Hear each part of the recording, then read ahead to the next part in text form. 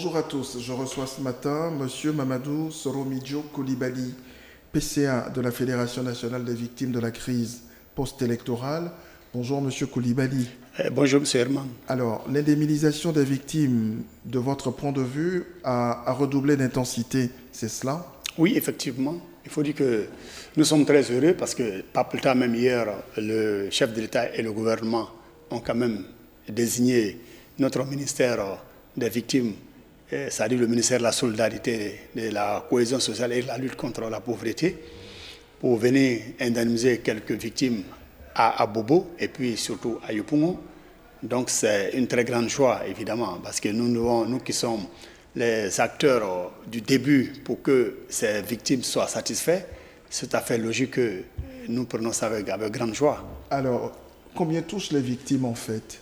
Oui, comme je le disais, j'ai participé à tous les séminaires, à tous les colloques. Et en fin de compte, nous avons, avec les bailleurs, l'État de Côte d'Ivoire, arrêté avec les bailleurs de fonds des choses qu'on appelle les bailleurs internationaux, un minimum du moins de 1 million par victime, hein, de ceux qui ont perdu des parents. Et puis bon, maintenant, une prise en charge, un montant de 150 000 francs pour les prises en charge des personnes qui sont blessées. Alors, aujourd'hui, est-ce que cela signifie que les exigences des victimes sont mieux prises en compte? Bon, vous savez qu'on ne peut pas totalement, le gouvernement fait ce qu'elle peut faire. Mais en même temps, bon, s'il y a d'autres qu'on doit déjà, pour un premier pas, c'est d'abord commencer par ceux qui ont perdu des parents, et puis les blessés, et puis après, maintenant, la suite, ça vient. Vous savez qu'il y a le dossier clé où se trouvent beaucoup de victimes, qui est le dossier des dégâts matériels. Donc, pour le moment, on ne peut pas parler, parce que les victimes savent déjà, ou les ayants droit savent déjà que c'est les 1 million qui doivent être donnés. Donc, c'est quand on va peut-être rentrer dans la grande phase avec le matériel, on va voir exactement quelles sont les exigences totales des uns et des autres. Alors, mais maintenant, votre démarche, elle a évolué, puisque vous cherchez des partenaires pour aider les victimes à mieux se prendre en charge. En quoi ça consiste? Oui, en fait, merci, M. Herman, parce qu'il faut dire que la Fédération, il y a très longtemps de cela que le Conseil d'administration, depuis 2015, après des analyses, on s'est dit, mais l'État ne peut pas tout faire. L'État essaie de faire ce qu'elle peut faire, mais en même temps, nous qui sommes des responsables et que des personnes, des victimes, des milliers de victimes nous font confiance, alors nous devons entreprendre de chercher des partenaires privés pour voir dans quelle mesure on peut accompagner ces victimes, surtout même en attendant. Ça veut dire quoi?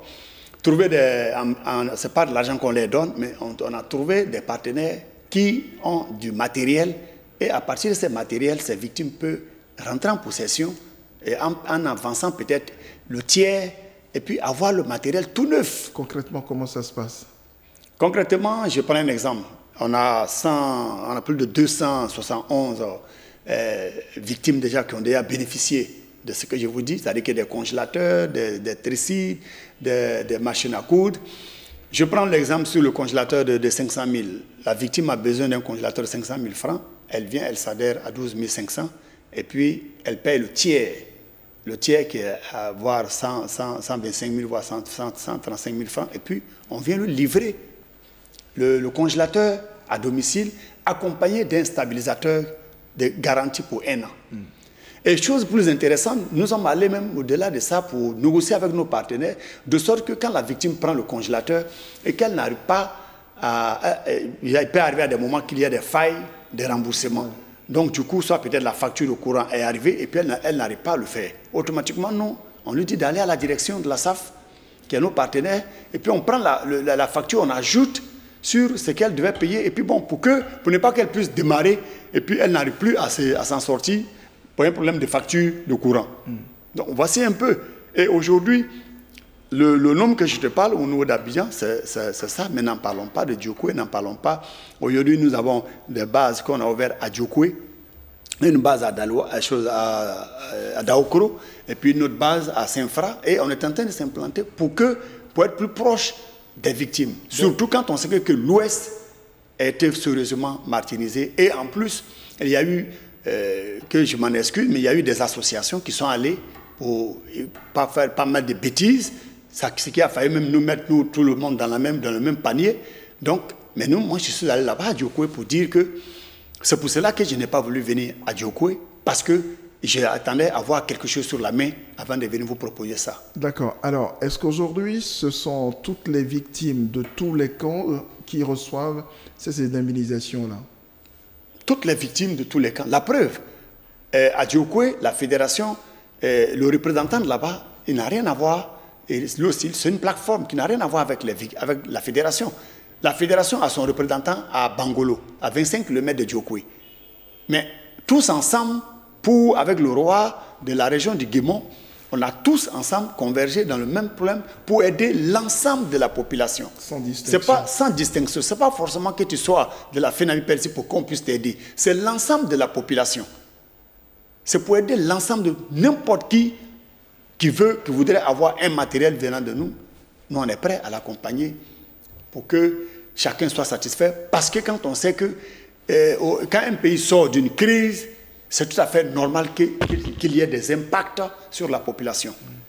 Alors, que tu sois recensé, que tu ne sois pas recensé, on ne peut pas venir dire non que ça. Mais le projet est parti d'une base qui est les victimes. Alors, toute dernière préoccupation, dites-moi, est-ce que ces gens-là que vous aidez remboursent assez aisément? Et la direction de la SAF, comme je le dis, avec nos partenaires, la direction de la SAF qu'on a mis en place, cette direction a quand même une organisation. C'est-à-dire que tout un projet, ça se planifie. Et tout a été planifié de sorte qu'il y ait des recouvreurs. C'est-à-dire que dans n'importe quelle zone, il y a des recouvreurs qui sont chargés de ça. Et puis bon, mais OK. Donc ça veut dire que pour le moment, puisque avant de le faire, nous avons tenu à faire une sensibilisation. De sorte que pour dire que ce n'est pas un problème de l'État, mais c'est plutôt un problème privé que nous sommes allés voir et exposer les préoccupations de l'ensemble de la population ivoirienne et même au-delà des frontières de la Côte d'Ivoire. Parce que c'est un projet même que nous comptons faire jusqu'à étendre même sur l'immigration. Très bien. Oui, parce que quelqu'un qui a par exemple 3 millions, au lieu de prendre 3 millions pour dire que je m'en vais en Europe, mais non, tu viens nous voir, nous on a tout pour pouvoir t'orienter de sorte que toi tu puisses te faire valoir ici. Ces 3 millions-là. Mais oui, te faire valoir ici avec tout. N'importe quel matériel, nous on peut le faire, que ce soit la blanchisserie, que ce soit ouvrir un pressing, que ce soit ouvrir un lavage auto. On accompagne tout le monde. La fille qui a fait un métier de salon de coiffure, elle n'en a pas, mais elle vient nous voir, nous nous donne les kits. Très bien. Et puis elle travaille payé. Très bien. Merci beaucoup, très bonne journée, Monsieur Soromi. C'est moi qui vous remercie.